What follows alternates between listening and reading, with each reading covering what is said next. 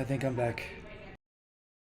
So this coming Monday is the last Monday of the month. So we will be having this program. And for those of you who are not aware of our job readiness program, if you are someone who has a long criminal past, like some of us. Like you do. Thank you. Okay, I did raise my hand. I think there's an emoji for that. Yep. If you have a long criminal past and you're looking for a job, or how do I build my resume? How do I get back into the job market? Man, where do I even start? Just some tools and skills from professionals. This is a great way to go about it. So there will be some professional peers there from 3 to 5 on Monday, and it's just it's a great thing. So, yeah. Next up, this coming Thursday, so the last 3 weeks we have had our Enneagram course, and that concluded last Thursday. If y'all are sitting here like, what the heck is Enneagram? Or I couldn't make the course, but I still really love the Enneagram. We are having our Enneagram panel discussion this coming Thursday in this room, and it's from 6 to 7:30. You're going to be a panelist. Yes. Yep, and I'm going to be a panelist. It's going to be a hot mess. Tammy Canaday will be a panelist. She'll keep us in line. Thank the Lord. And so there'll just be a couple, maybe a handful of us that are panelists, different numbers to just kind of go through the Enneagram. And Shani Jones, who helped us with the course, is going to be teaching. She'll lead the panel. And this is a great tool for your recovery, by the way. It's a great way to understand yourself, who you are, what you do in the world. And it's free for anyone. So come, bring friends if you want. It's going to be a great event. Yeah, that was the coolest thing about the coursework that we did, was just the deeper dive into people who are in recovery. And it was a great time. It was. Last up, on September 13th, so it's a Thursday, mark your calendars, it's our second-hand comedy show. So we will be having it in the building. Second Chance, I'm so sorry. Second Chance comedy show. It'll be from 6:30 to 8:30 in this room right here. It's a $25 registration fee. Every comedian that you see on the screen will be performing, and they are also in recovery. So it'll be a comedy show about addiction, and 20% of the proceeds go to Sober House, and that this is a nonprofit organization that's building sober livings in the Denver metro area. So you can register by the QR code. It'll be on our social media, flyer, online, but please come. It'll be a great time. And gosh, we always have a good time with our comedy events. Sometimes we got to laugh through this addiction and recovery stuff, don't we? That's right. It's funny. So come laugh with us. And if nothing else, we can laugh at you. That's true, except I won't be on the stage. All right, y'all. Hey, before we jump into celebrations, that's how we begin on Saturday nights. I want to share with you a little video. Carrie, our Associate Executive Director, will come say a few words after this video, but there's some very exciting things happening. You might know that a couple of months ago, we launched our bigger vision of having Tim Freeze in 10 new cities across the U.S., and Carrie just sends me calendar invites all throughout the week of different cities and leaders we're in contact with. It's been all kinds of fun. Things are, moving and grooving in some really cool ways. So here's a video, and then she'll tell you a little bit about it. Take a look. Hey everyone, I'm Ryan Canaday. I was a drunk pastor who got sober in January 2013. Today, I'm the founder, pastor, and executive director here at Free Recovery Community. In 2018, we launched Free Recovery Community, which is a community for addicts, loved ones of addicts, and spiritual refugees. Our mission is simple: breaking the silence of addiction. Free has continued to grow, and in this place, we don't do shame. Over the years, so many people from all over the country have reached out saying they need a Free in their community because addiction, silence, shame is everywhere. And we're listening. Recently, we took a big step with our vision. We believe in what's happening here, and we want to see it spread. We're committed to helping 10 cities start a Free in their community, breaking the silence of addiction and shame for millions of people. I'm Courtney. I'm the loved one of an alcoholic and a board member at Free Recovery Community. Are you sitting there thinking, I don't have an addiction, or I'm not the one with the problem? I understand. I've been there too. But here's the hard truth. 2 out of 3 U.S. adults are deeply impacted by the wreckage addiction leaves behind. It's not just about the one struggling. It's about everyone who loves them. Hey everyone, I'm Ryan. People. This is interesting. We need your voice, your pain, and your hope, because they matter. We're already in conversation with leaders from multiple cities, and this is exciting. But maybe you're hearing this and you're saying to yourself, look, I see the need, I want to do something, but I'm not quite there. I mean, starting a whole thing just isn't in the cards right now. And we hear you. What if there was a way for you to come in through the back door? I'm Carrie McMullen, and I got sober in 2016. Until I walked into Free, I didn't know where I stood on the God stuff. Today, I'm the Associate Executive Director, and I know I have a place of belonging here. Here's our invitation to you. Start a free circle exactly where you are with exactly what you already have.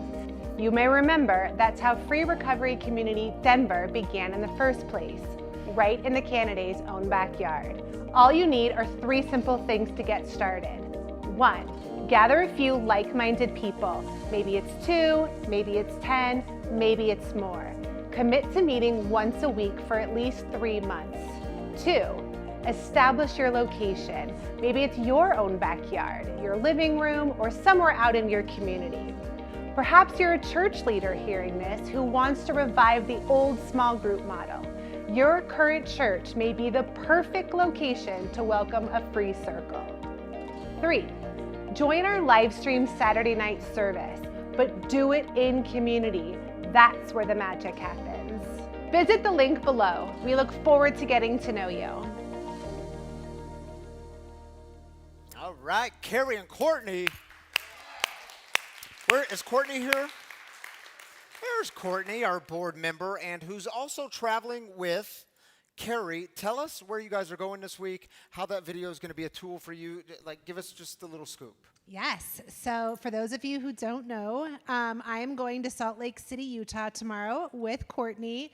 We were invited by the United Methodist Church, who has graciously given us this opportunity. It's kind of like a brainstorming, inspirational 2.5-day workshop of how we can get clarity, find purpose, and really find the best way to bring what we're doing here to others. So we don't have all the answers. It's going to be a whole lot of workshopping, and we have a lot of support.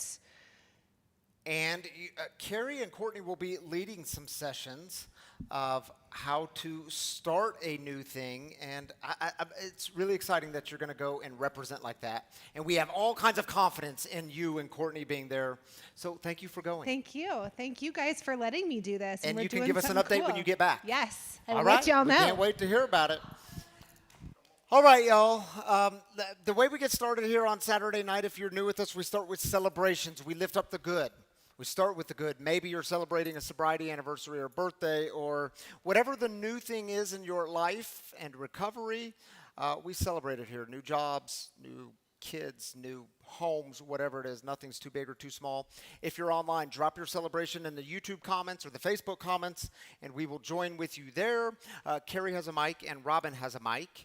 And for those of you in person, you can just raise up your hand and give us the good news. We take 3 minutes for this. And this time is yours. Hi friends, I'm Sarah, and I'm so excited to finally be starting my new job on Monday. Way to go, Yay! Sarah. Yeah, we'll celebrate that. Howdy, I'm Brian. Just celebrated 9 months clean on the 13th. 9 months clean. Way to go, dude. We'll celebrate that.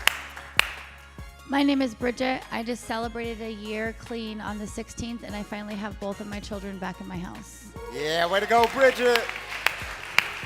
Congratulations. My name's Mary. I've been out of work sick on medical leave for over a month, and I finally got cleared to go back on Monday, which is such a blessing. Yeah, we'll celebrate that. Way to go. Oh. Yeah, my name's Ron. I've been coming here for a while, but on the 20th of this month, I celebrated 27 years and 9 months clean and sober. 27 years and 9 months. Way to go, Ron. We will celebrate that all day long. Any other celebrations in the house? All right. My name's Jordan, and I had a sister ask for a large amount of money that was really stressful, and I didn't blow up on her, so I'm celebrating being emotionally mature. Emotionally mature. We'll celebrate that. Way to go. It's the small steps in life. Boundaries. We celebrate that stuff here. My name is Marjorie, and I recently celebrated 4 months clean and sober. 4 months, Marjorie. Way to go. Glad you're here tonight.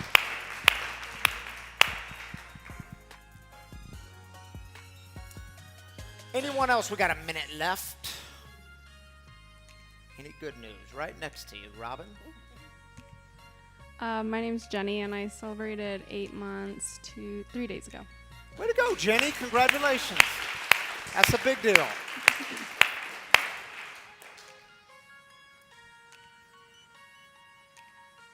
Okay, I also have one. My name's Robin, and I just also celebrated 8 months on August 13th.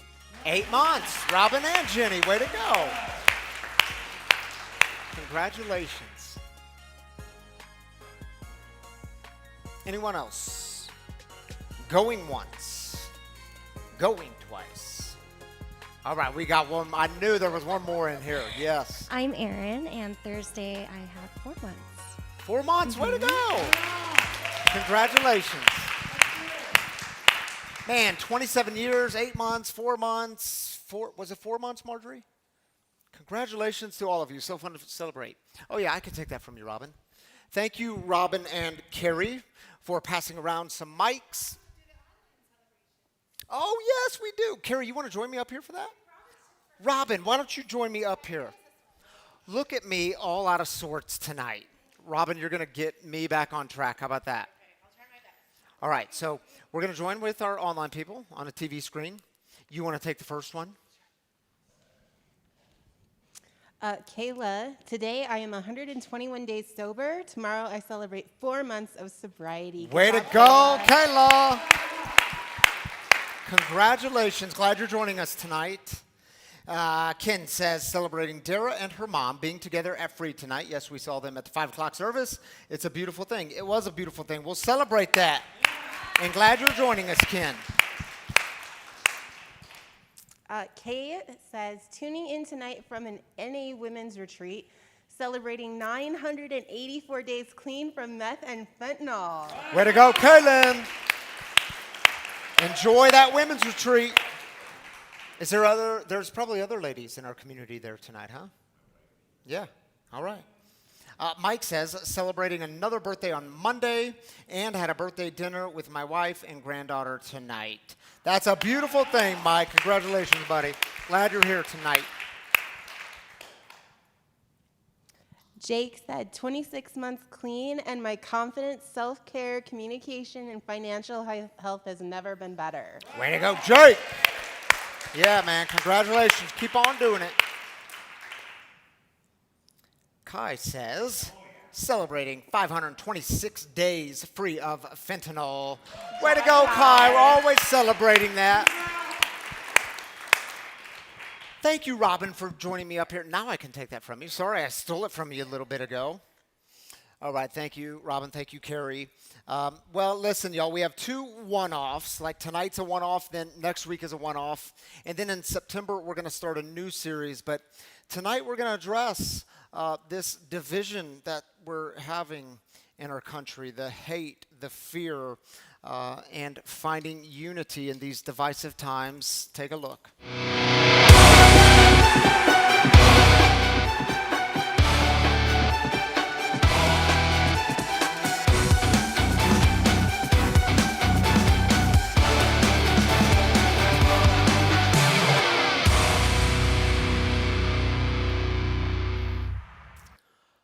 So, you know, I was raised in a religious and political culture that was very well defined for me. We knew exactly what to believe, and we knew exactly who to vote for.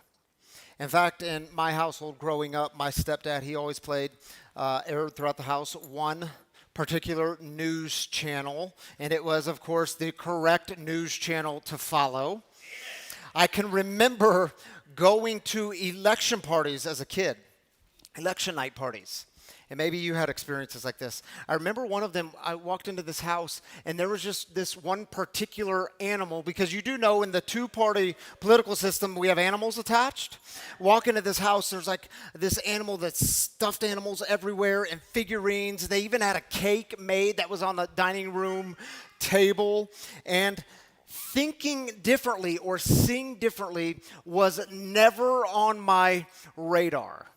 I had no intention of ever leaving, stepping outside of the lines that were so clearly drawn for me. But the problem was I went to college and I started reading books, different kinds of books, and interacting with different kinds of ideas that I didn't even know existed. I was reading authors that my childhood culture told me, you can't do that. You got to stay away from them. They're going to take you down this dark path. And we had this phrase we would say where it would be Satan getting a foothold in your life if you were to read these kinds of books. Fear the other, hate the other. This was our norm. And of course, we didn't use those phrases, but our actions very much depicted fearing the other, hating the other. You know, when I got into college, came out here to Denver from mid-Missouri. I first went to a small Bible school, but then I arrived here in Denver, and I met friends who just had these radically different experiences than I had in mid-Missouri in the evangelical Christian culture. In fact, two of my closest friends in college were gay. And that was absolutely baffling to me. They were like the first gay people I really knew. And not only were they gay, what was just as baffling to me was they were deeply Christian, like deeply involved in the faith, to which I'm asking, wait a minute, how can you be gay and Christian at the same time? I remember one weekend I went home. I mean, this is just a totally foreign concept to me. But I went home and I was explaining to my stepdad, the same stepdad, and I was explaining to him that I had these friends who were gay, and I said, they're teaching me like all kinds of things about God's love. Like things I've never heard before, things I hadn't been exposed to before. And I was saying, I can't wait for you to meet them. And y'all, I'll never forget what he said to me. I was 20 years old. I'll never forget where we were standing. We were in the living room basement. And he put up his finger and he said, Ryan, you just wait. When you have kids, you won't want your kids around them. And I remember like laying in bed that night thinking to myself, man, is what he's saying true? I mean, is it true? I'm only 20 years old. I don't have kids yet, but when I have kids, will I want my kids around them, the other? And sometimes I think God has a way of saying, watch this. You know, when I was 30 years old, I was appointed to a church. It was the second church where I was serving as a pastor. 30 years old. I got there that first Sunday morning, and I got there really early because I had to work out my nerves and work out that anxiety. And then Tammy, my wife, came a little later with our only child at the time, Selah. She was 2.5 years old. And when she got there, I said, all right, honey, let's go check Selah into the church nursery, which was downstairs. So we walked downstairs. We get Selah checked into the nursery. We filled out the paperwork. Jan and Kim were there to take care of Selah. And I went back upstairs into the sanctuary, and the children's director was there. And she said, did you get Selah checked into the nursery? I said, yeah, I think everything's good. We met Jan and Kim, and they were nice and smiled. And she said, oh my goodness, Selah's just going to love Jan and Kim. You're going to love them. And they've been together for like ever. And I was like, oh, interesting. So it's a lesbian couple watching our kid. And here's what I can tell you. Jan and Kim loved our little girl. And not just our little girl, because we got 4 kids now. They loved our kids. They were kind to our kids. They cared for our kids. And each and every week, they taught our kids the simplicities of God's love. And I'm really grateful for that. You know, in college, when I would go back home, back to mid-Missouri, see, y'all, I thought it was my duty, my moral obligation to convince people back home to see things my way. I thought I was doing them a favor. If I could just bring truth to them, if I could bring a new way of seeing, well, they're gonna appreciate this. I thought I was doing them a favor. And if they didn't see things my way, well, then I would cop this resentment. And then I would live into this made-up narrative of, oh, this is mid-Missouri. People back home, they're stupid. They're small-minded. They're never going to get it. And look at me.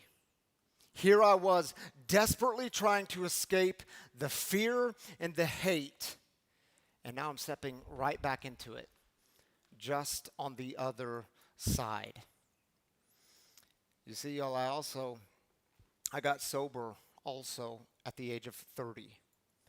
And getting into recovery, I can tell you it taught me a better way, because you do know your recovery is more than just not picking up a drug or not picking up a drink. That's a great start. It's the starting place. If you're there right now, congratulations, keep on going. But you do know recovery at its best asks us the question, what kind of people are we becoming? Very important question to ask. And here's what I know. I did this. And I watch so many people do this. It's so easy to trade in one form of fundamentalism for another form of fundamentalism. And what's that look like? It's when you are so convinced you are right. You surround yourself with people and voices who think and believe only like you.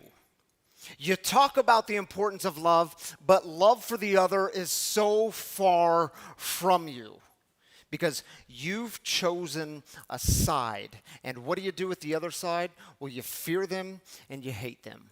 And sometimes we do that proclaiming God is on our side. You know, my friend Johnny B., he's been in recovery for many years. When I first met Johnny B. several years ago, he did this thing where he came up to me and he said, "Ryan, what's that sound?" I said, "Johnny B., I don't know. I think that was the sound of you clapping." He said, No, Ryan, what's that sound?" "Johnny B., I don't know." He said, "That's the sound of the mind snapping shut." Comes from a line in the big book of Alcoholics Anonymous in Bill's story where the God moments kept dropping in and how many times Bill's mind would just snap shut. And I would ask you, my brothers and sisters, when it comes to the other, is your mind snapping shut? Is your heart snapping shut? Do you know, according to the Pew Research, they did a survey, a study, and they told us in 2019, so this is a few years ago, 2019, they told us that 55% of Republicans view Democrats as more immoral than all other Americans. And almost the same number of Democrats said the same thing. 47% of Democrats say the same about Republicans. They are more immoral than all other Americans. And so they said, well, this is interesting. Let's see if the numbers have changed at all. Let's see what's happening on the political landscape. And so they did a very similar study this year in 2024. And they found that the numbers have significantly increased. 72% of Republicans view Democrats as immoral. And almost the same number, 63% of Democrats view Republicans as immoral. I mean, do you see how fractured we are? I mean, do you see how easy it is to thrive in the division with bloated egos and how we are driven by fear and hate of the other? Do y'all know what they told us in 2016? 2016. They said, this is the most important election of our lifetime. And in 2020, they told us, this is the most important election of our lifetime.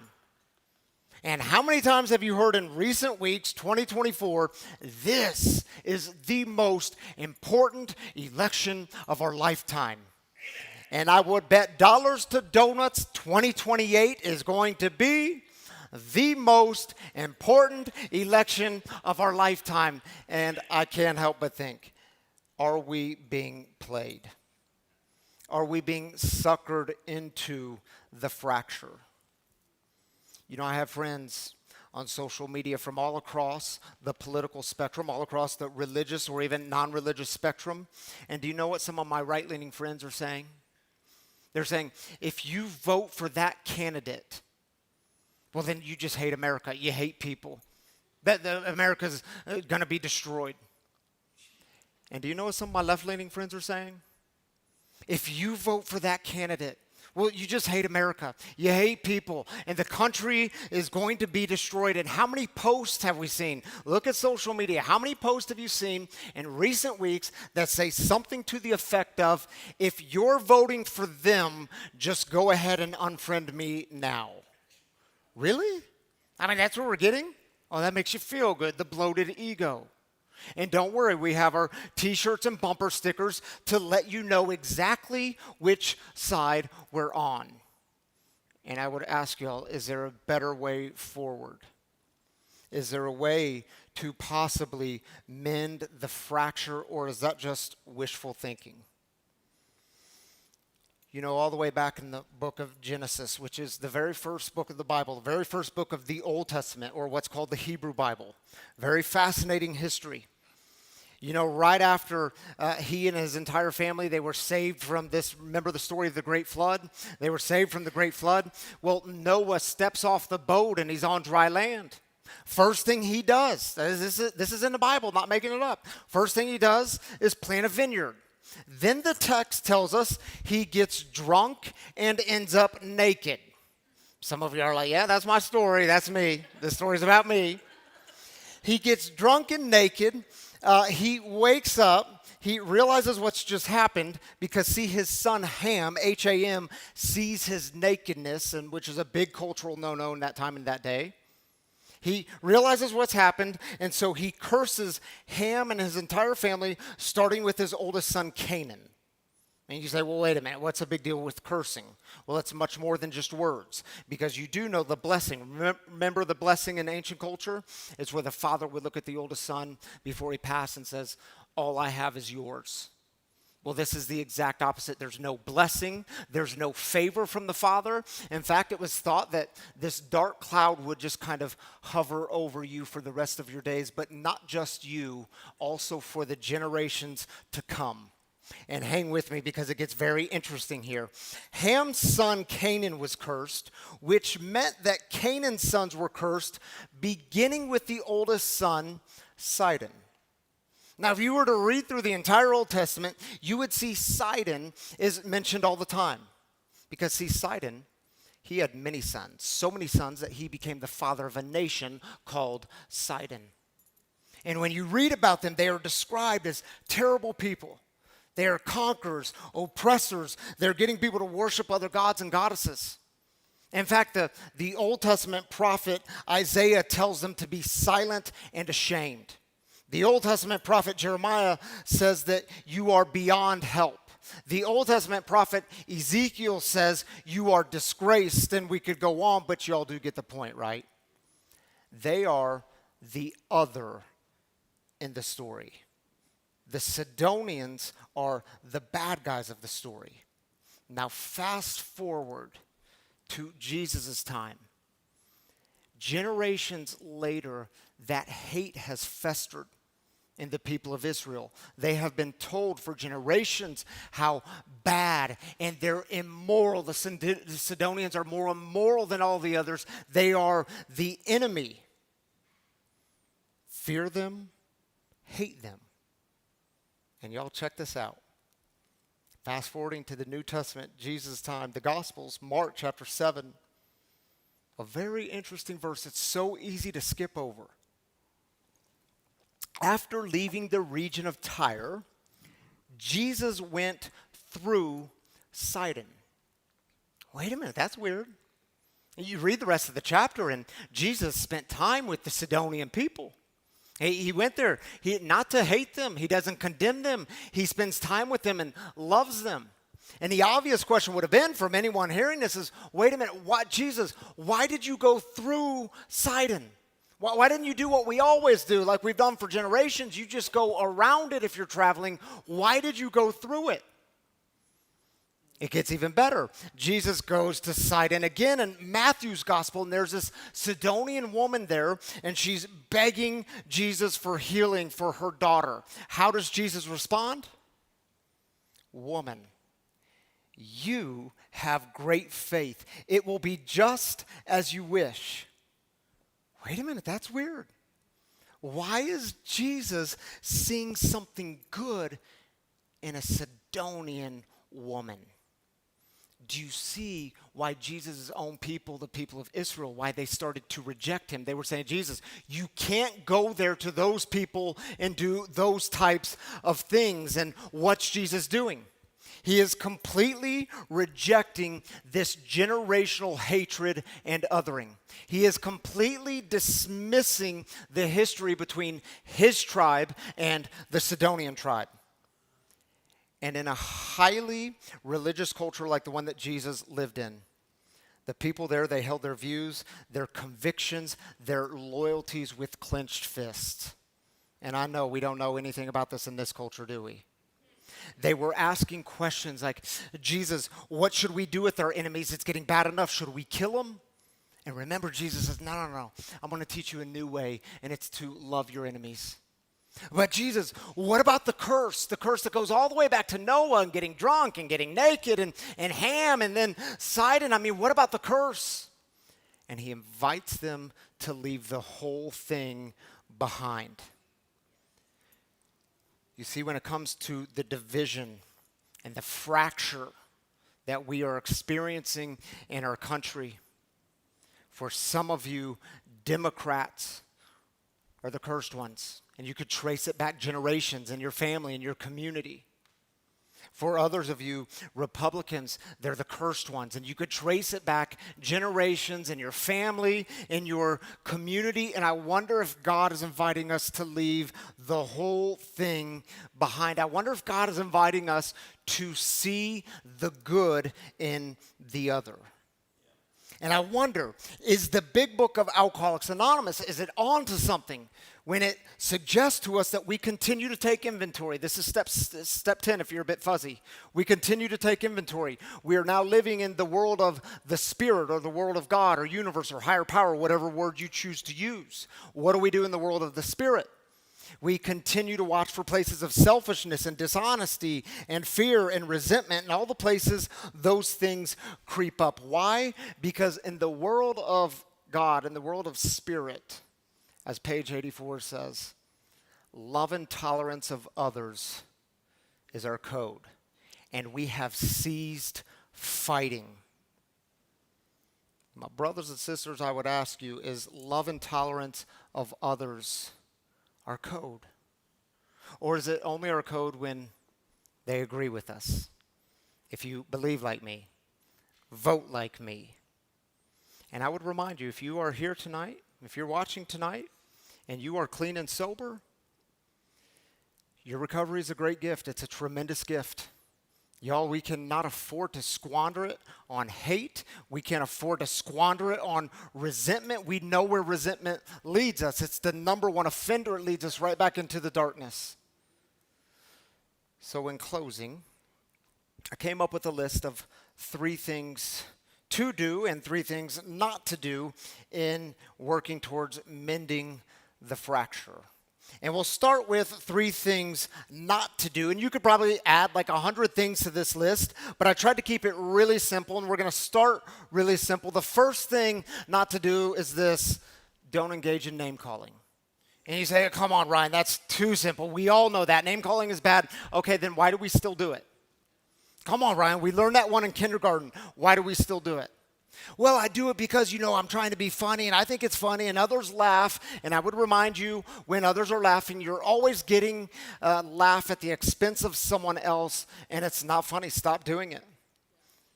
Practice seeing the humanity in the other. Practice seeing the divine image in the other who it's so hard to see it in them. And number 2. Don't surround yourself with only those people who agree with you. You do know what psychology calls this. Psychology calls this confirmation bias.